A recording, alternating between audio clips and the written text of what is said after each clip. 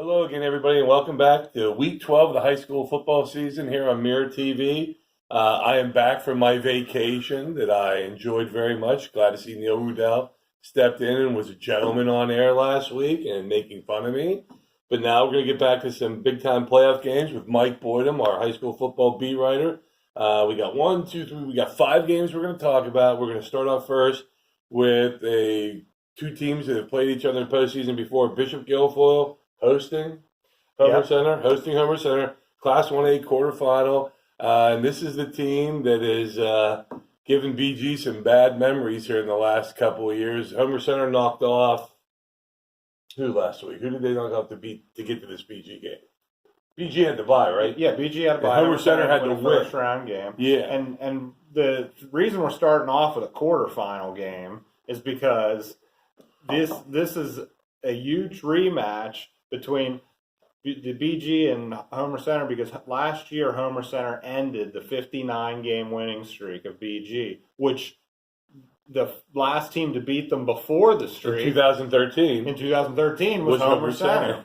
So, I mean, as Coach Wheeler said, they're meeting a little bit earlier this year in the playoffs, but you know that some of the kids on that team that were on those other teams is going to feel, some aspects of revenge in this one. And, neither team has played up to the level that they have the previous years, but there are some returning players on both sides, and BG is obviously a favorite to win, but it should be a lot of tense moments out there on Saturday night. And you got to think Homer Center is the one school that probably isn't afraid of Bishop Guilfoyle, because those kids, whether they were on that team or not, but they were certainly in the stands watching the older kids play. So I think a lot of times BG just intimidates the heck out of somebody. This is a case where it's not going to happen. Our second game is, and it's actually the game I'm covering Friday night, it's Holliesburg versus Oil City at Franklin High School, which is a 2.5-hour drive here from Holliesburg. I am told it's a 10-minute drive for Oil City, which is fine because District 10 is hosting that. Last year, District 6 hosted it. Holliesburg had to drive an hour to get to Penns Manor High School for that game. But Oil City, 11-1, they run the ball. I was told this week earlier, Mike will give you the big stat here, they've thrown the ball 23 times all season in 11 games. This is Westmont Hilltop, but with a different factor here. Tell them about it, Mike. And one of the guys that threw one of those passes, at least, is Christian Cole. Right. He threw a touchdown pass. All right. One touchdown. Big deal. Well, he's run for 43 of them, and he has 3,024 yards this season. Divided by 11 games. Do your math while we're talking on that one. That is a Pennsylvania state record. And he's a big kid, for, right? For one season.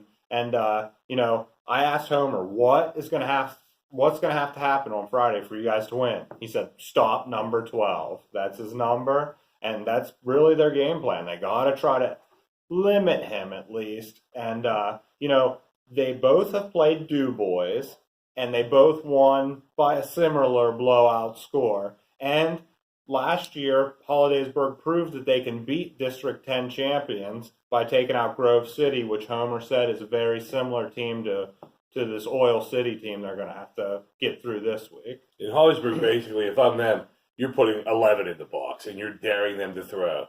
And they have a big defensive lineman named Trevor Mitchell. He's going to have to come up big. Their DNs, Dellinger and Irvin, those backers are going to have to stay home. One of the houses, I can't remember which one of the Twins plays defense. Those guys are going to have to clog it up and almost force this team to want to throw the ball. The other game is, and I don't know, is this the game you're covering? I'm not. Everett at Chestnut Ridge. And this is basically a David and Goliath type game, I imagine, because Chestnut Ridge always beats Everett, right? Well, and Chestnut Ridge going into this game is a heavy favorite. You can just ask Everett's coach. Everett's coach, Winston Redmond, I talked to him for a preview that's going to be in Thursday's paper, and Coach Redmond just said, you know what we're going to have to do to win this game? Get lucky. Because Chestnut Ridge is a very good team. Everett's dealing with some injuries now. Everett has a very good athlete, Mason Akers, who has scored a ton of touchdowns, and he's the reason they're in this game because he made a game-saving diving tackle on the 4-yard line to keep Myersdale from tying the game and send Everett into this championship game. They're 8-3. and they're very happy to be at this point, but they'd be even happier if they can pull the upset this week. And when Winston took over, everyone was kind of bad, weren't they? And this has kind of been a slow process. Build, yeah. And I mean, and Winston, for those of you, Winston tells it like it is. I mean, he doesn't try to worry about anybody's feelings. He just tells the truth. He pulls the Band-Aid off. Our next game is the District 5 Class 3A title game. It's Bedford versus Westinghouse, which is a District 8 City League team in Pittsburgh. What do you know about them, Mike? Well, they beat Somerset last week, and Bedford was upset by Somerset during the regular season. Bedford, they're the top seed in this classification. They didn't finish the season the way they wanted to. They did beat Johnstown in their last game, but they started off the season really well. They upset Westmont Hilltop in the first week, so they've proven that they can play with really good teams. They just need to they need to bring some of that momentum they had in the first half of the season. Now, one of the things is this is going to be played at Somerset, and it's an artificial turf. And Westinghouse has a lot of athletes, and I'm a little bit concerned about that because I think that that's going to benefit them playing there. Whereas if Bedford was at home on a sloppy field, they could kind of slog it out with Dylan Arnold running hard. So I don't know. We'll have to see what happens in this one, but I think it could go either way. The winner of the game will play the winner of Forest Hills and Bald Eagle area next week. And Bedford Forest Hills played during the year, correct? Right. Wow, that could be impressive. Our last game which is kind of unique here, Belvedere is 10-1 at Ligonier Valley. Well, the game has been moved to Johnstown because of the field conditions. Ligonier Valley 11-0, and just not too many times over the years is a Bellwood Annis team ever an underdog, but I got to think just because of the record and the seeding, they are the underdog. What do people need to know about Ligonier Valley that Bellwood people might not know? Well, a ton of people have already penciled in Ligonier Valley versus Richland for the championship. I mean, it's two undefeated teams. They've been dominating their opponents throughout the season, but Bellwood wants to play spoiler here. Between John Caldwell and Aaron Totino, they have a very great passing game, and their running back has over 1,300 yards. But as good as their offense is, their defense is just as good. Bellwood got past a Heritage Conference team last week in West Shamokin.